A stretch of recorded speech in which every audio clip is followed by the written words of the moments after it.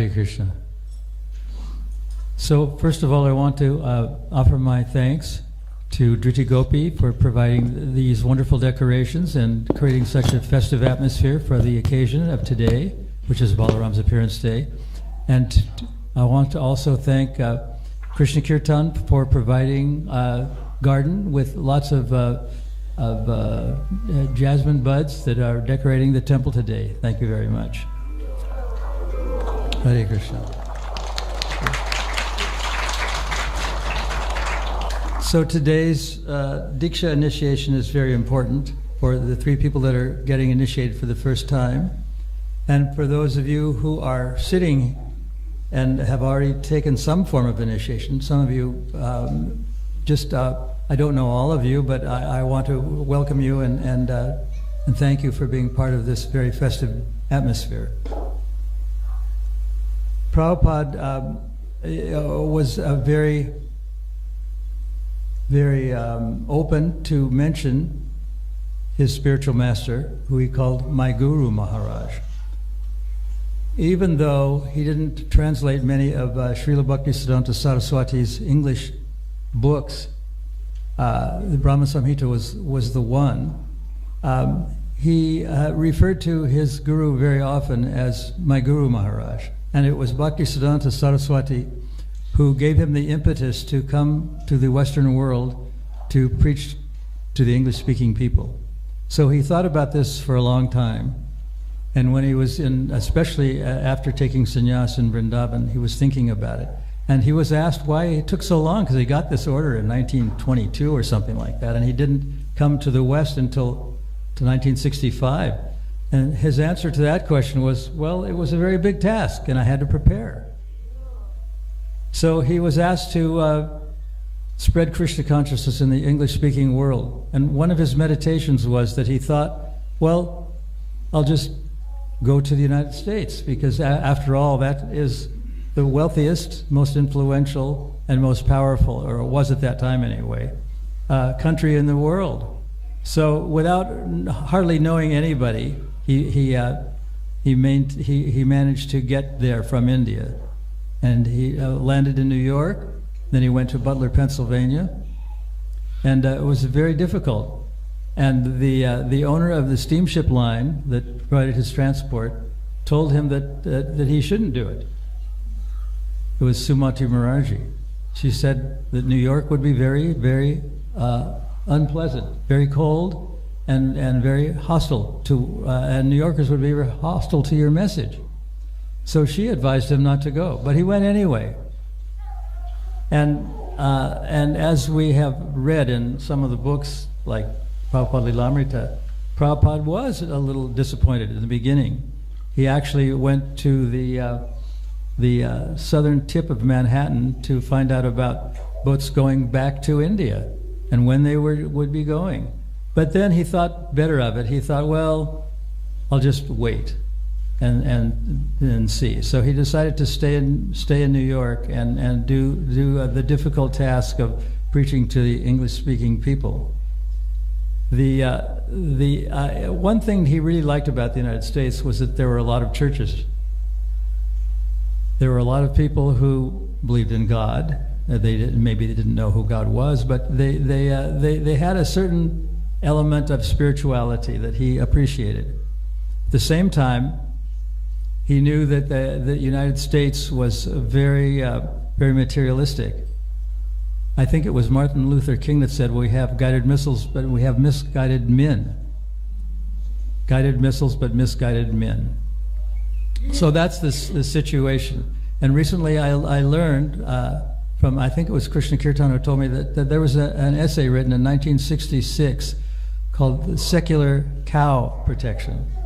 And the sum and substance was that things should move at the rate of about 4 kilometers per hour.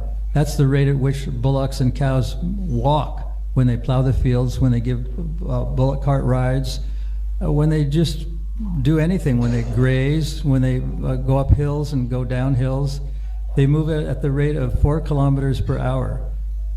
We are so addicted to airplanes, ocean-going vessels, and automobiles that can quadruple or 10 times or 100 times that speed, that we don't think that the bovine species of cows and bullocks are very important, but they are. They're so important that this essay, which is laden with a lot of fact, it's a little bit difficult to read because it was written in Indian English, and there's a lot of phrases that you have to know Hindi to know what they mean, like lakhs and crores and other words that are even more obscure than those. I guess we know what lakhs and crores are, but very important essay. So it was Bhaktisiddhanta Saraswati and his father Bhaktivinoda Thakur, who greatly opposed the prevailing philosophy. It was impersonalism, and it had prevailed for centuries. There had been an ongoing conflict between the personalists and the Vaishnavas and the impersonalists. But the good thing about impersonalists is that they have a sense of, they believe in God, even though they don't know who He is. Some of them have become devotees. People like Sarvabhauma Bhattacharya and Sukadeva Goswami, who wrote the Srimad Bhagavatam, who spoke the Srimad Bhagavatam, and Bilba Mangal Thakur. They started out. They were initiated into impersonalist philosophy. Prabhupada quotes them a lot, refers to their books.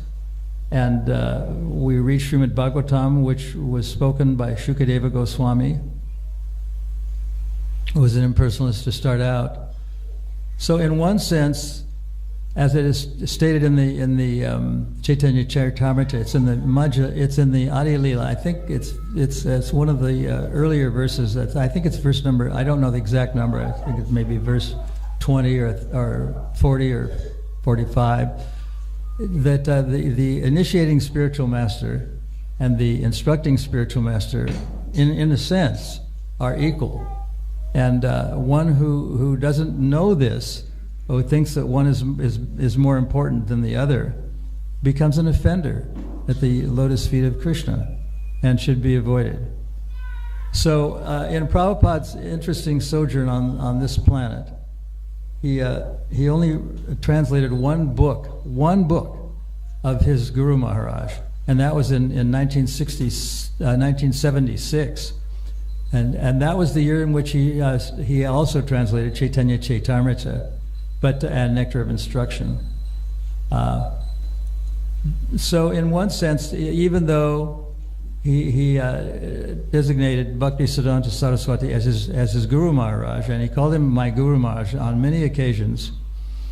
The first book he translated when he came to the West was Nectar of Devotion, which was written by Rupa Goswami, not the whole thing, but Prabhupada, instead of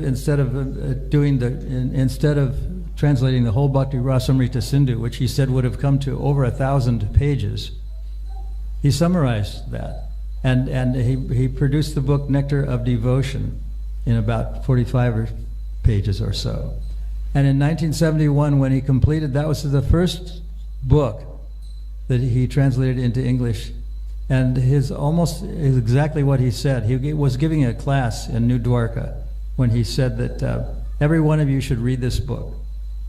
Every one of you. He was talking to the devotees in the temple in Los Angeles. Every one of you should read this book. And if you have questions, don't simply think that I'm going to give you the facile answers. But if you continue to read, you'll get the answers. The answers are in the books. They're not, Swamiji this and Swamiji that. I didn't understand this. I didn't understand that. That is not wrong to question the spiritual master and ask questions, but his legacy was to provide literature, books that would answer most of the questions that people had about Krishna consciousness. So he said that this book, I'm not quoting him exactly, but he said that this book should be read repeatedly. And as you know, it's one of the books that everyone has to study to take first initiation. So it was the first book that he translated, and then he translated other books like Bhagavad Gita and Sri Ishopanishad. But he wasn't, and part of the reason why Bhaktisiddhanta's books weren't so available was that, especially when he was writing in English, he was writing to the British colonizers at that time, before 1946 or 47, when India was made independent of British rule. He wanted to show the British colonizers that Vaishnavas were not just something that jumped off of a loaded truck, that they were philosophically very sound, very sophisticated, and they had a way to compete with impersonalists on a philosophical level. So it was very difficult to read. I used to try to read some of Bhaktisiddhanta Saraswati's writings or teachings in English, and even though I can fancy myself something of a literary person, I was holding a dictionary in one hand and I was reading the book in the other hand. He was so intelligent, Bhaktisiddhanta Saraswati, that it was said that he had memorized entire, not only dictionaries, but encyclopedias. He memorized them. So he knew everything. And even the very cruel Britons, who, in their colonization of India, had to look up a lot of the words because they didn't even know what they meant. It was a very difficult thing. So that was what Prabhupada did, and Bhaktisiddhanta started this kind of a revolution that Vaishnavas are forced to be dealt with. They weren't simply emotional, wild, sentimental people, but they had a philosophy that was very important and that shouldn't be ridiculed or neglected, even though there was an age-old, centuries-old dispute between the impersonalists and the personalists. He established that personalists, Vaishnavas, should be taken seriously. It wasn't only Bhaktisiddhanta, but it was Bhaktivinoda Thakur, and then of course Srila Prabhupada, who came to the West to show people that Vaishnavism was a force to be dealt with. And I thought, when I first came into contact with Krishna consciousness, I thought to myself, well, why is he so much opposed to these so-called impersonalists? Because most of the people that lived in that part of the world, at least they believed in God. And I was kind of baffled by the fact that there was such an ongoing dispute between, it's all Hinduism after all. Why is there so much conflict between the impersonalists and the personalists? And then after a while, after a year or two, I began to realize that the impersonal philosophy and is not entirely complete, and that there's a reason for this dispute to go on. That the Vaishnavas for centuries were ridiculed and thought to be unimportant. So in a way, it was Srila Bhaktisiddhanta Saraswati who made ISKCON possible. It was him who established not only it was him who established that Vaishnavism was a force to be reckoned with, but he advised Prabhupada to take this thing to the Western world. And it wasn't he that first started. It was also Bhaktivinoda book, I think it's called The Teaching and Precepts of Lord Chaitanya. He sent that book to McGill University in Canada with the hopes that it would influence some of the inimical English people to take up the Krishna consciousness movement. But that wasn't so successful. It took someone like Srila Prabhupada, who physically journeyed to the United States against all odds and with no money or no support from his compatriots in India, to establish Vaishnavism. And it's because of that we have we have ISKCON today, and we have many temples all over the world that are preaching Krishna consciousness, and many people that are courageously going into even into the jungles parts of Africa and preaching Krishna consciousness. I remember when when devotees were first going into, I think it was Kenya, there's a tribe of people called they're very tall and thin, and Maasai. And they in a way, they have a kind of perverted sense of the importance of cows and bullocks, because they travel with them.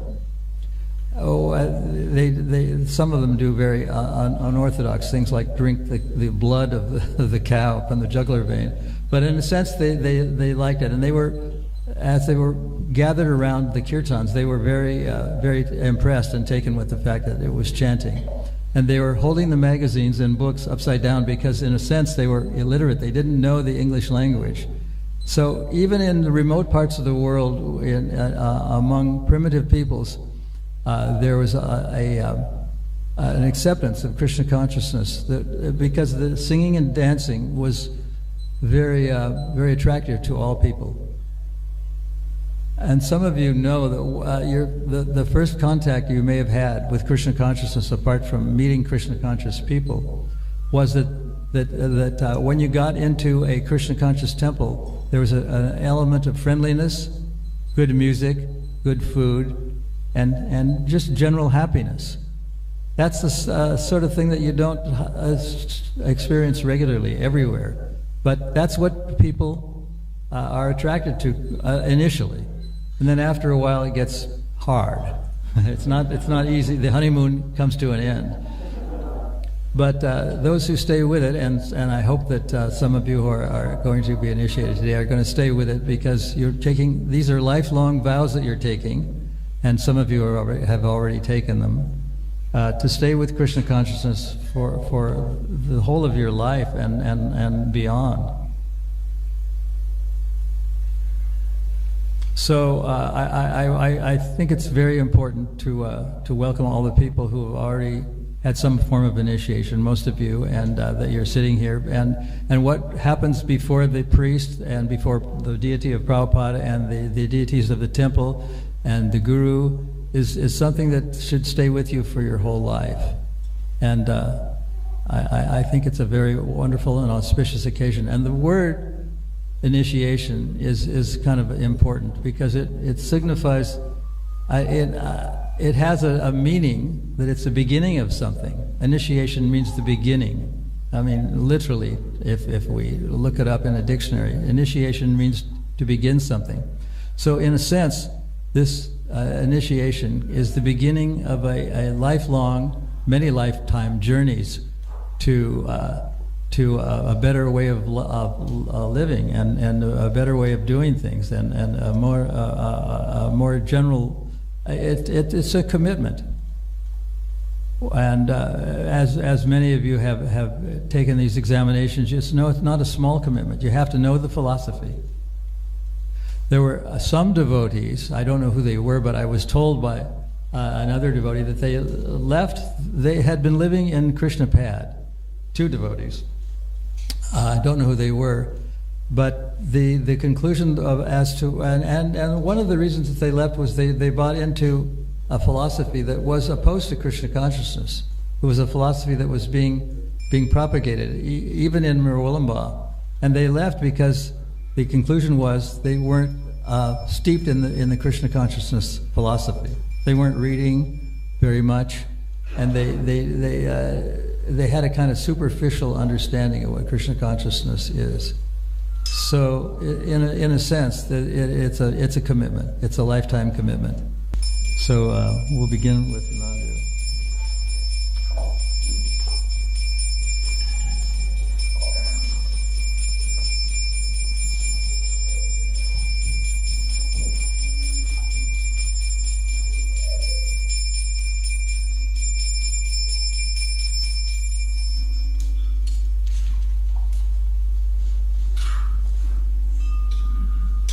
So Nandu, can you please recite the 4 regulative principles when you're back?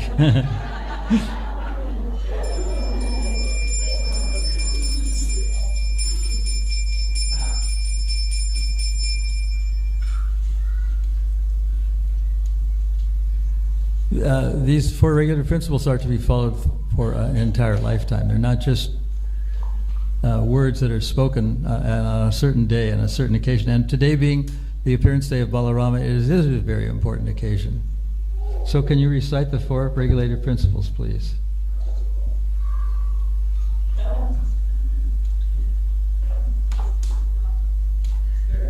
No intoxication, no illicit sex, no meat eating, including fish and eggs, and no gambling.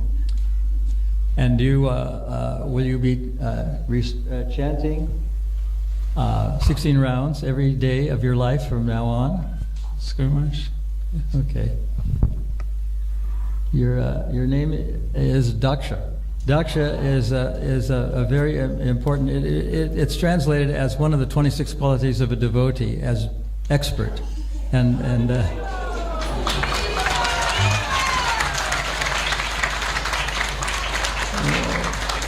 One of the reasons why Nandu, the former Nandu, has the name Daksha is because he has exhibited some expertise in many fields. So I'm going to read what I would call additional, not vows exactly, but they're kind of promises, and I'll read them out. And then if those who are going to be initiated today agree to them, I'll give you a paper that has them all listed on them. I'd like to read them out first. 1 is to stay in ISKCON and to stand by it and to support it in all circumstances. Second one, these are our promises made before the Guru, before Prabhupada, before the temple deities, before the priest, before the sacred fire, before the Vaishnavas.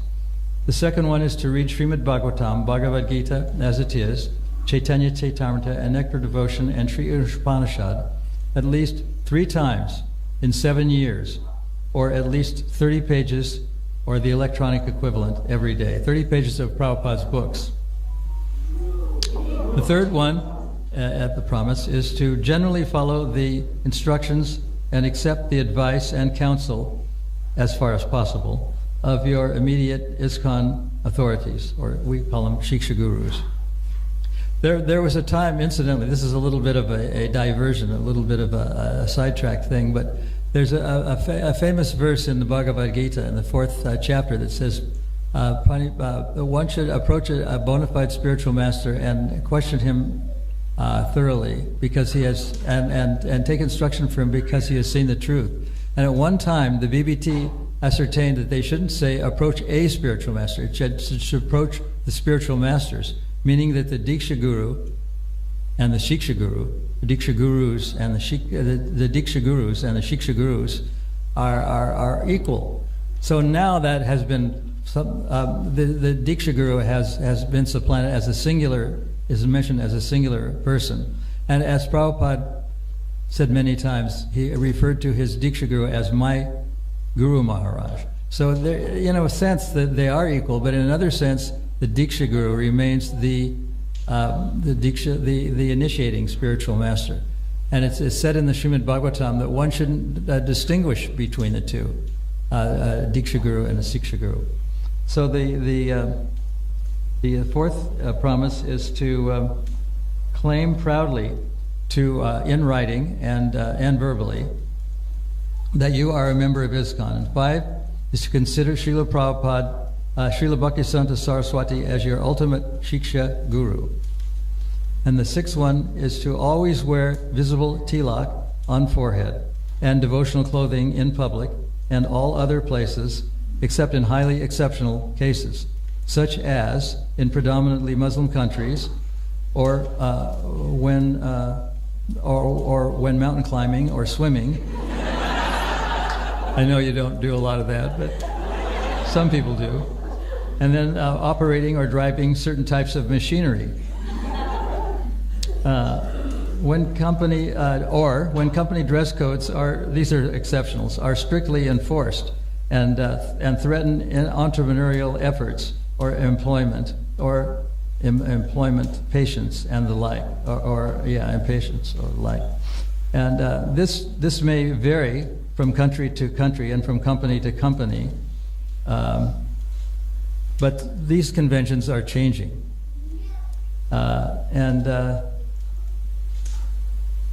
So discretion is valuable, and bravery is advised, and if it goes to court, which it probably won't ever happen, one can win, because juries and judges tend to award to the underdog, so-called.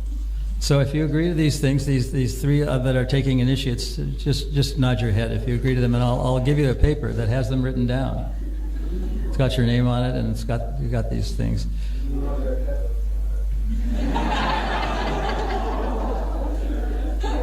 Thank you. So, Kirtana, can you come forward and recite the...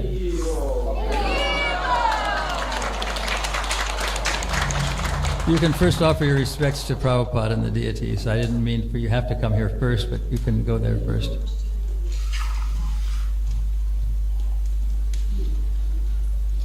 Anyways. So can you, yeah.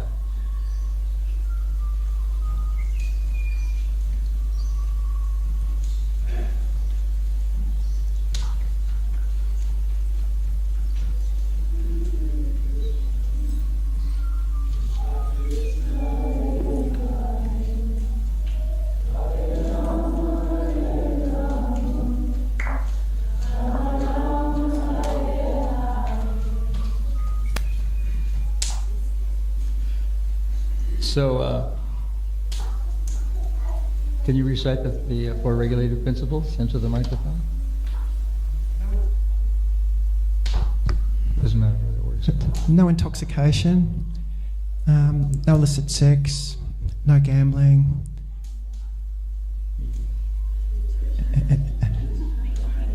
and no meat eating. It's very hard not to be nervous on occasions like this, but I think that she follows all these things. And do you promise to chant 16 rounds every day for the rest of your life? I do. Thank you. Your initiated name is Trilokya Sundari, which means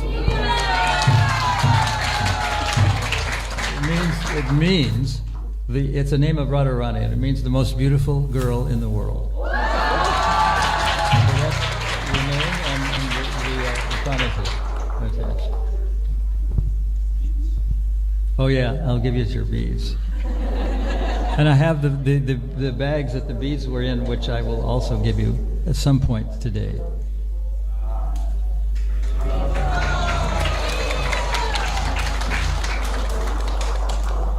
I have your bead bag here. Okay. All right, next would be Nyima.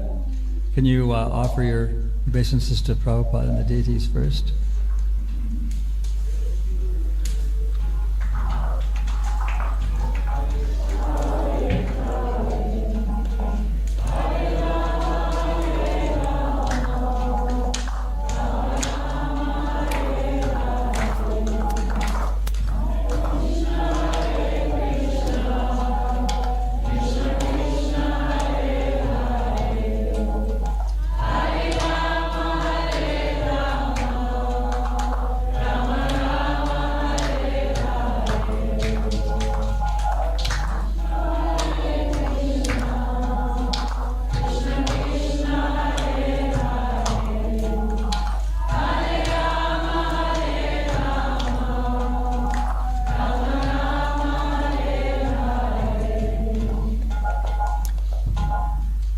So Nyima, can you recite the regulative principles that you're going to follow?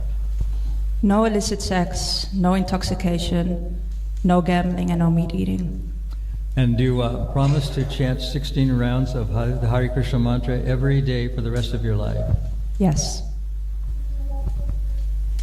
Your name is a name of Radharani, and it's Nita Gati, which means the perfect moralist. There's your name and the promises. So as I was saying, initiation means the beginning of something, and the initiation is the long journey. It's not just the journey of this life. It goes on and on over many lifetimes. And you have made a commitment, and you've made a promise. It's before the deities, before the priest, before the sacred fire, before Prabhupada, before the deities in the temple, and before the Guru. So please keep them very carefully and follow them. Thank you very much. And now we'll continue.